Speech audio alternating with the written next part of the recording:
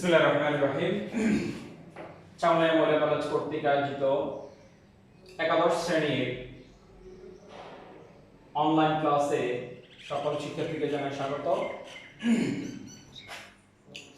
বৈশ্বিক করোনা পরিস্থিতিতে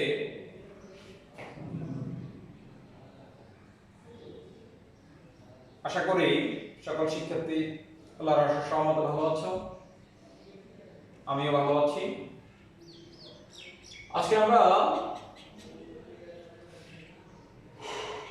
আজকে একাদশ শ্রেণীর অধ্যায় নম্বর 1 পার্ট 1 বিশ্বগ্রামের ধারণা সম্পর্কে আমরা জানার চেষ্টা করব।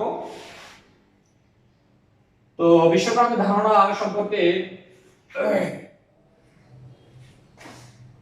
জানতে হলে আমাদেরকে জানতে হবে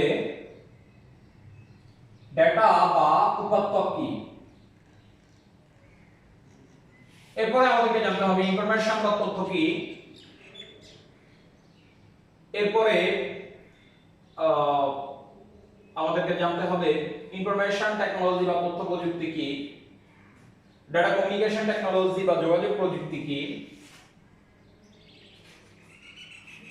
এরপরে আমরা জানবো ইনফরমেশন কমিউনিকেশন টেকনোলজি বা তথ্য যোগাযোগ প্রযুক্তি কি, এরপরে আমরা জানবো কনসেপ্ট অফ গ্লোবাল ভিলেজ বা বিশ্বগ্রামের ধারণা সম্পর্কে আমরা জানার চেষ্টা করব। প্রথমে দেখি ডেটা বা উপাত্ত। ডেটা বা উপাত্ত, ডেটা বলা হয় কোনো কিছুর মানকে ডেটা বলা হয়, অর্থাৎ সেটা কোনো একটা সংখ্যা হতে পারে, কোনো একটা ইমেজ হতে পারে, কোনো একটি টেক্সট হতে পারে, কোনো একটা অডিও হতে পারে, কোনো একটি ভিডিও হতে পারে, এটসেট্রা। এখন আমি ডেটার উদাহরণ হিসেবে যদি বলি, একটু লক্ষ্য করো, আমি যদি বলি আমি লিখি দিয়ে কলম, এটা হলো আমার ডেটার উদাহরণ, ডেটা বা উপাত্তের উদাহরণ। এরপরে আসি ইনফরমেশন বা তথ্য। ইনফরমেশন বা তথ্য জিনিসটা কি? অর্থাৎ একটা ডেটাকে অ্যাক্সেস বা প্রসেস করার পরে প্রাপ্ত ফলাফলকে বলা হয় ইনফরমেশন বা তথ্য। একটু লক্ষ্য করো, কোনো একটি ডেটাকে অ্যাক্সেস বা প্রসেস করার পরে প্রাপ্ত ফলাফল বা আউটপুটকে বলা হয় কি? ইনফরমেশন বা তথ্য। ডেটাতে আমি উদাহরণ হিসেবে লিখছিলাম আমি লিখি দিয়ে কলম, এগুলো হচ্ছে আমার ডেটা। এখন ইনফরমেশন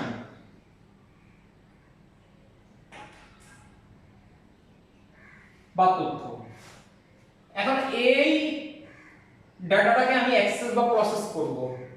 অ্যাক্সেস বা আমার সংজ্ঞাতে ছিল অ্যাক্সেস বা প্রসেস করার পরে যেটা পাওয়া যায় সেটা হলো কি? ইনফরমেশন। আর আমি যদি এটাকে অ্যাক্সেস এবং প্রসেস করে যদি সুন্দরভাবে লিখি তাহলে এটা কি হবে বলো? আমি কলম দিয়ে লিখি, অর্থাৎ এটা কি করতেছে? একটা অর্থবোধক বাক্য তৈরি হলো, একটা অর্থবোধক কি বাক্য তৈরি হলো, আর এটাই হলো আমার কি? ইনফরমেশন। আশা করি বুঝতে পারছো। এরপর আসো ইনফরমেশন টেকনোলজি বা তথ্য প্রযুক্তি। ইনফরমেশন টেকনোলজি বা কি? তথ্য প্রযুক্তি। এখন আমরা ইনফরমেশন টেকনোলজি বা তথ্য প্রযুক্তি নিয়ে যদি আলোচনা করি, তথ্য সংগ্রহ,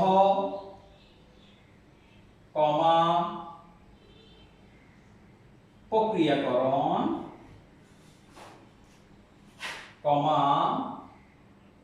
সংরক্ষণ ও বিতরণ। তাহলে কি দেখছি? একটা তথ্য সংগ্রহ করবে, সংগ্রহ করার পর প্রক্রিয়াকরণ করবে, সংরক্ষণ করবে এবং বিতরণ করবে। অর্থাৎ তাহলে ইনফরমেশন টেকনোলজিটা হলো কি? তথ্য সংগ্রহ, প্রক্রিয়াকরণ, সংরক্ষণ ও বিতরণের সাথে সংশ্লিষ্ট ব্যবস্থাকে বলা হয় ইনফরমেশন টেকনোলজি বা তথ্য প্রযুক্তি। আবার বলছি, তথ্য সংগ্রহ করা, প্রক্রিয়াকরণ করা এবং সংরক্ষণ করা এবং এটার সাথে বিতরণ, অর্থাৎ তথ্য সংগ্রহ করা, তথ্য সংগ্রহ, প্রক্রিয়াকরণ, সংরক্ষণ ও বিতরণের সাথে সংশ্লিষ্ট ব্যবস্থাকে বলা হয়, অর্থাৎ এটার সাথে যে সকল সংশ্লিষ্ট ব্যবস্থা সমূহ জড়িত বা যে সকল প্রযুক্তি সমূহ জড়িত, এটাকে বলা হচ্ছে আমার ইনফরমেশন টেকনোলজি বা তথ্য প্রযুক্তি। এরপর আসি data communication technology. Data communication technology. এখন ডেটা কমিউনিকেশন টেকনোলজি আমাকে জানতে হলে অবশ্যই জানতে হবে ডেটা কমিউনিকেশনটা কি। ডেটাকে, অর্থাৎ একটা ডাটাকে আমি কি করব, ধরো আমার কোন একটা মেইল আমি ছাগল মাইয়া টু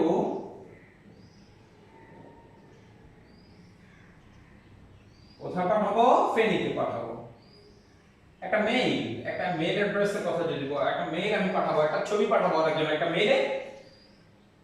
তো এখন প্রথমে আমাকে জানতে হবে ডেটা কমিউনিকেশনটা কি। ডেটা কমিউনিকেশন এই জিনিসটা কি? ডেটা কমিউনিকেশন, ডেটাকে এক স্থান থেকে অন্য স্থানে, ডেটাকে এক স্থান থেকে অন্য স্থানে অথবা এক ডিভাইস থেকে অন্য ডিভাইসে, ডেটাকে এক স্থান থেকে অন্য স্থানে অথবা এক ডিভাইস থেকে অন্য ডিভাইসে অথবা এক কম্পিউটার থেকে অন্য কম্পিউটারে প্রেরণের প্রক্রিয়াকে বলা হচ্ছে কি ডেটা কমিউনিকেশন। তাহলে আমার এখানে অর্থাৎ একটা মেইল, একটা ফিক, অর্থাৎ ছাগলমাইয়া থেকে একটা ফিক আমি অনলাইনে পাঠাবো কোথায়, ফেনীতে। তাহলে এই পিকচারটা আমি ফেনীতে পাঠাবো আরেকজনের একটা মেইলে। তাহলে এই ডেটাটাকে আমি এই পিকচারটাকে ছাগলমাইয়া থেকে ফেনী পর্যন্ত পাঠানোর সময়, অর্থাৎ যে প্রক্রিয়া হবে, এটাকে বলা যাচ্ছে আমার ডেটা কমিউনিকেশন টেকনোলজি। অর্থাৎ একটা ডাটাকে আমি কি করব, অর্থাৎ ছাগলমাইয়া থেকে ফেনীতে পাঠাবো, অর্থাৎ ডাটাকে এক স্থান থেকে অন্য স্থানে অথবা একটা কম্পিউটার থেকে অন্য একটা কম্পিউটার প্রেরণের জন্য পাঠাতে যে প্রক্রিয়ার প্রয়োজন হয়, এই প্রক্রিয়াটাকেই বলা হচ্ছে ডেটা কমিউনিকেশন। খেয়াল করো, আমি কিন্তু ডেটা কমিউনিকেশন টেকনোলজি বলি না, ডেটা কমিউনিকেশন। আর ডেটা কমিউনিকেশন টেকনোলজি যদি বলি, অর্থাৎ এই ডেটাটাকে পাঠানোর জন্য আমার যে যে ইলেকট্রনিক্স প্রযুক্তি ব্যবহার করা হয়েছে বা এটার সাথে সংশ্লিষ্ট যে প্রক্রিয়া বা যে প্রযুক্তি ব্যবহার করা হয়েছে, এটাকে বলা হয় ডাটা কমিউনিকেশন টেকনোলজি। তাহলে আমরা এটা কিভাবে বলতে পারি, ডেটাকে এক স্থান থেকে অন্য স্থানে প্রেরণের জন্য, অর্থাৎ ইহার সাথে প্রেরণের জন্য ইহার সাথে ব্যবহৃত প্রযুক্তিকে বা ব্যবস্থাকে বলা হচ্ছে ডেটা কমিউনিকেশন টেকনোলজি বা যোগাযোগ প্রযুক্তি। এবার আসি আমাদের, যেহেতু আমরা পড়ছি আইসিটি অর্থাৎ তথ্য ও যোগাযোগ প্রযুক্তি, তাহলে আমাকে অবশ্যই জানতে হবে তথ্য, ইনফরমেশন মানে কি, তথ্য, এন্ড কমিউনিকেশন টেকনোলজি, অর্থাৎ ইনফরমেশন এন্ড কমিউনিকেশন টেকনোলজি বা তথ্য যোগাযোগ প্রযুক্তি কাকে বলে একসাথে। খেয়াল করো, এর আগে আমরা পড়ছি ইনফরমেশন টেকনোলজি কি, এরপর হলো কি communication technology, data communication technology. তাহলে এই দুটাকে একসাথে করলেই আমার কি হয়ে যাবে, ইনফরমেশন এন্ড কমিউনিকেশন টেকনোলজি হয়ে যাবে। তাহলে এটা সংজ্ঞাতে আমরা কি লিখতে পারি, তথ্যের উৎপত্তি, কমা সংরক্ষণ, কমা প্রক্রিয়াকরণ,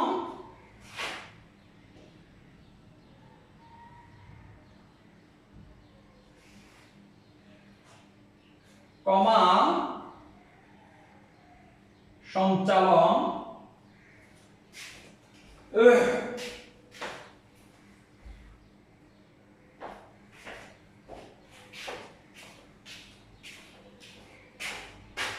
ও বিচ্ছুরণের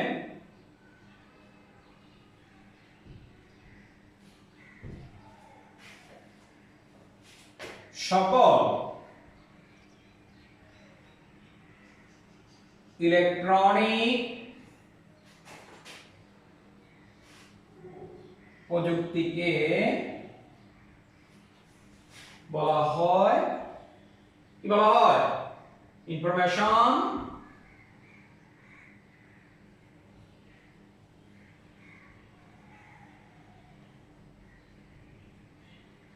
and communication technology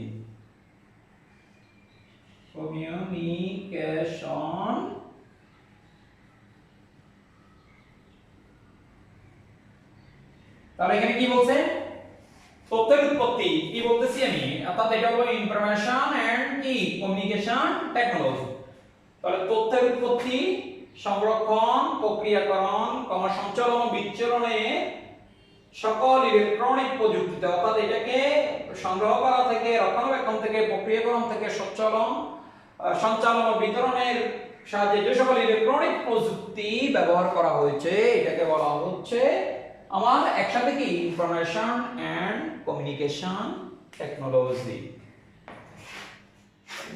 এরপর আসি কনসেপ্ট অফ গ্লোবাল ভিলেজ আমাদের আজকের যে পার্ট 1 এ বিশ্বগ্রামের ধারণা সম্পর্কে আলোচনা করব বলছি সেটা আমরা এখন জানবো প্রথমে জানতে হবে কনসেপ্ট অফ গ্লোবাল ভিলেজ এই গ্লোবাল ভিলেজ বা কনসেপ্ট অফ গ্লোবাল ভিলেজ এর সর্বপ্রথম ধারণা দেন টরন্টো বিশ্ববিদ্যালয়ের ইংরেজি বিভাগের অধ্যাপক মার্শাল ম্যাকলুহান তাহলে এখানে প্রশ্নটা এভাবে আসতে পারে যে বিশ্বগ্রামের সর্বপ্রথম ধারণা কে দেন তাহলে কে দেন কানাডার টরন্টো বিশ্ববিদ্যালয়ের অধ্যাপক ইংরেজি বিভাগের অধ্যাপক মার্শাল ম্যাকলুহান তাহলে মার্শাল ম্যাকলুহান সর্বপ্রথম তার দুটো বই একটা হলো 1962 সালে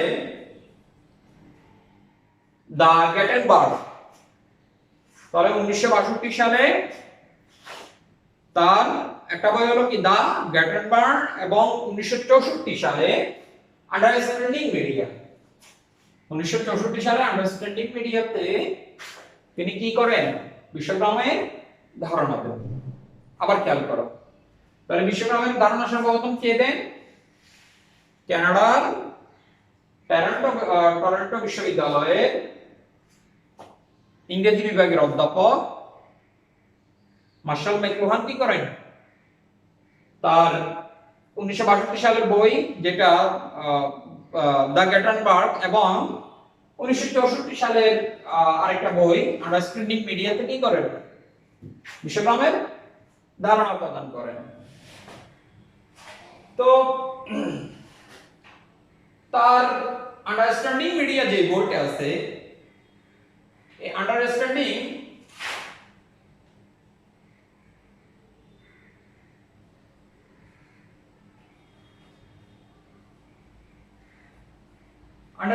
মিডিয়াতে বিশ্বগ্রাম কিভাবে প্রতিষ্ঠা করতে হবে অর্থাৎ পৃথিবীর সকল মানুষগুলোকে একটি সংকুচিত করে একটা একক সমাজে কিভাবে নিয়ে আসা যায় তার সম্পূর্ণ ধারণা দেন কোথায় আন্ডারস্ট্যান্ডিং মিডিয়াতে আবার বলছি অর্থাৎ ইলেকট্রনিক প্রযুক্তিকে কাজে লাগিয়ে বিশ্বের সকল পিপলকে সকল জনগণকে সকল মানুষকে একটা একক সমাজে নিয়ে এসে অর্থাৎ এটাকে ছোট করে অর্থাৎ একটা একক সমাজে নিয়ে আসা অর্থাৎ একটা বিশ্বগ্রাম প্রতিষ্ঠা করা সকল তথ্য আন্ডারস্ট্যান্ডিং মিডিয়াতে তিনি কি করেন প্রদান করেন এখন আসি আমরা আমাদের অর্থাৎ গ্লোবাল ভিলেজ গ্লোবাল ভিলেজ বা বিশ্বগ্রাম, গ্লোবাল ভিলেজ বা বিশ্বগ্রাম কাকে বলে এটা সম্পর্কে আমরা এখন জানার চেষ্টা করব। গ্লোবাল ভিলেজ বা বিশ্বগ্রাম হলো এমন একটি উপাদান, গ্লোবাল ভিলেজ বা বিশ্বগ্রাম হলো এমন একটি উপাদান বা পরিবেশ। গ্লোবাল ভিলেজ হলো এমন একটি পরিবেশ বা এমন একটি উপাদান যেখানে পৃথিবীর সকল মানুষ একটি একক সমাজে কি করবে, বসবাস করবে এবং ইলেকট্রনিক প্রযুক্তিকে কাজে লাগিয়ে একে অপরকে কি করবে, সেবা প্রদান করবে। খেয়াল করো, গ্লোবাল দুইটা সংজ্ঞা আমরা লিখতে পারি। একটা হলো গ্লোবাল ভিলেজ হলো এমন একটি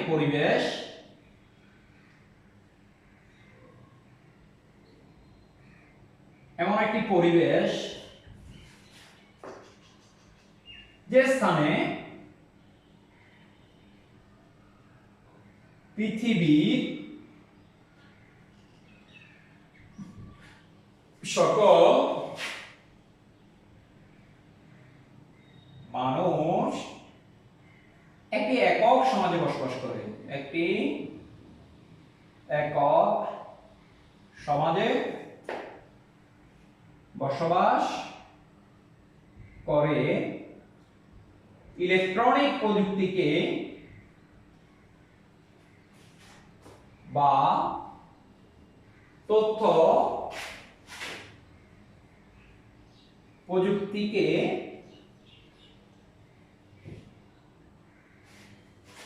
ব্যবহার করে একে অপরকে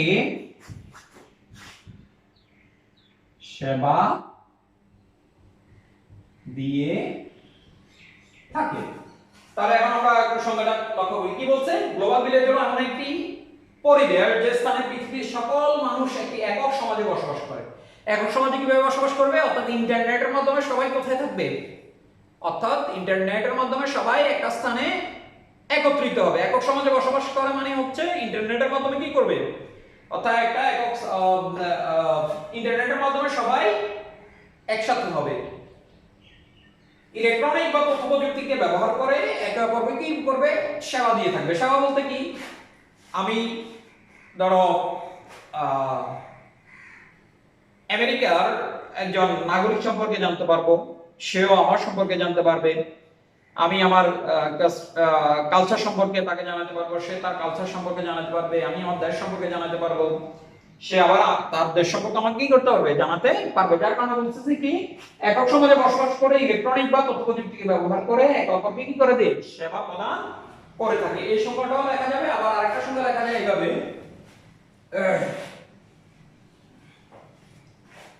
গ্লোবাল ভিলেজ হলো এমন একটি সামাজিক,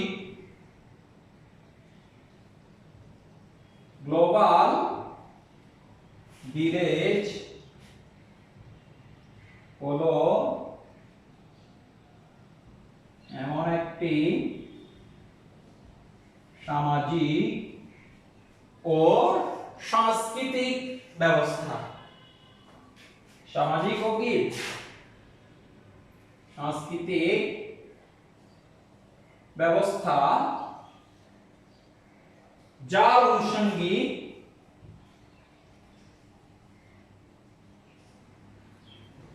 আনুষঙ্গিক কার্যক্রম ইন্টারনেট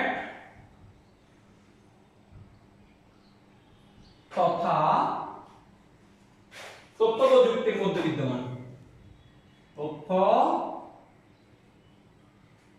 প্রযুক্তির মধ্যে বিদ্যমান। খেয়াল করো, আমার আগের যে সংজ্ঞা তোমাদের বুঝে সংজ্ঞায় যেটা বলছিলাম সেটা কিন্তু এই সংজ্ঞায় সম্পূর্ণভাবে কি, অর্থাৎ কি করা হলো, সুস্পষ্টভাবে উল্লেখ করা হলো। আমি আগের সংজ্ঞাতে বলছিলাম কি, গ্লোবাল ভিলেজ হলো এমন একটি পরিবেশ যেখানে কি করবে? পৃথিবীর সকল মানুষ একটি একক সমাজে বসবাস করবে এবং ইলেকট্রনিক প্রযুক্তি তথা তথ্য প্রযুক্তিকে ব্যবহার করে একে অপরকে কি করবে, সেবা দিয়ে থাকবে। তো এখন এই সংজ্ঞাতে বলা হচ্ছে গ্লোবাল ভিলেজ হলো এমন একটি সামাজিক ও সাংস্কৃতিক ব্যবস্থা যার আনুষঙ্গিক কার্যক্রম ইন্টারনেট তথা তথ্য প্রযুক্তির মধ্যে কি বিদ্যমান। তার মানে হলো ইন্টারনেট ছাড়া একক সমাজে বসবাস করা সম্ভব হবে না, এবং এটার টোটাল তথ্যগুলো আদান প্রদান করার জন্য অবশ্যই ইন্টারনেটের কি প্রয়োজন হবে। তাহলে আমরা গ্লোবাল ভিলেজের কয়টা সংজ্ঞা শিখলাম, দুইটা, অর্থাৎ এখান থেকে যে কোনো একটা তোমরা লিখলেই হবে। তবে এই সংখ্যাটা মূলত বিভিন্ন বিজ্ঞানীরা গ্লোবাল ভিলেজের যে সংজ্ঞায়ন করছে ওই সংজ্ঞাগুলো অর্থাৎ সবগুলো সংজ্ঞায়নকে একত্রিত করে মূলত এই সংজ্ঞায়নটা করা হয়েছে। আবার বলছি, অর্থাৎ বিভিন্ন বিজ্ঞানীগণ বা তোমাদের গ্লোবাল ভিলেজের যেই সংজ্ঞা প্রদান করছেন ওই সকল সংজ্ঞাগুলোকে একত্রীকরণ করে গ্লোবাল ভিলেজের সংজ্ঞাটাকে আবার এভাবে কি দেওয়া যায়। তোমরা পরীক্ষায় এটাও দিতে পারো, অথবা আমি যেটা আগে বলছি, তবে এটা দেওয়াটাই হবে শ্রেয়, কারণ যেহেতু সকল বিজ্ঞানীদের সংজ্ঞাগুলোকে একসাথে করে যেহেতু এটা তৈরি করা হলো, সেহেতু এটা দেওয়াটা কি হবে, শ্রেয় হবে। তো আজকে আমরা কি কি শিখলাম ডেটা বা তথ্য কি শিখলাম, ইনফরমেশন সম্পর্কে আমরা জানলাম, ইনফরমেশন টেকনোলজি বা তথ্য প্রযুক্তি সম্পর্কে জানলাম, এরপর ডেটা কমিউনিকেশন টেকনোলজি বা যোগাযোগ প্রযুক্তি সম্পর্কে আমরা জানলাম, ইনফরমেশন এন্ড কমিউনিকেশন টেকনোলজি বা তথ্য যোগাযোগ প্রযুক্তি সম্পর্কে জানলাম, এরপর আমরা জানলাম হচ্ছে কনসেপ্ট অফ গ্লোবাল ভিলেজ বা বিশ্বক্রমের ধারণা সম্পর্কে জানলাম, এরপর গ্লোবাল ভিলেজ কাকে বলে সেটা সম্পর্কে আমরা কি জানলাম। নেক্সট ক্লাস যেটা আমরা করব, নেক্সট ক্লাসে আমি যেটা নিয়ে আলোচনা করব সেটা হলো বিশ্বক্রম প্রতিষ্ঠার জন্য যে উপাদানগুলো। তোমরা যারা বই নিয়েছো দেখবা সেখানে বিশ্বক্রম প্রতিষ্ঠার জন্য 5টা উপাদান দেওয়া আছে। 5টা উপাদানের মধ্যে হার্ডওয়্যার আছে, সফটওয়্যার আছে, এরপরে হলো কি ডেটা আছে, মানুষের ক্ষমতা আছে, ইন্টারনেট সংযুক্ততা আছে। এটা একটু তোমরা ভালো করে দেখে নিবা। আর হলো বিশ্বক্রম প্রতিষ্ঠার অর্থাৎ বিশ্বক্রমের সুবিধা এবং অসুবিধাগুলো দেওয়া আছে, এগুলো তোমরা দেখে নিবা। তাহলে আমি যখন এই টপিকস গুলো নিয়ে যখন আলোচনা করব তোমরা এটা থেকে আমার এই লেকচার থেকে সহজে তোমরা কি করতে পারবে, শিখতে পারবা। তো আজকে এতটুকু পর্যন্ত থাক। যদি তোমাদের কারো কোনো এই টপিকস গুলোর মধ্যে কারো যদি কোনো সমস্যা থাকে তাহলে সেটা অবশ্যই কমেন্টস বক্সে আমাকে জানাবা। আমি চেষ্টা করব তোমাদের প্রবলেমগুলোকে সলভ করে দেওয়ার জন্য। তো সবাই ভালো থাকো, সুস্থ থাকো, নেক্সট ক্লাসে দেখা হবে। আল্লাহ হাফেজ।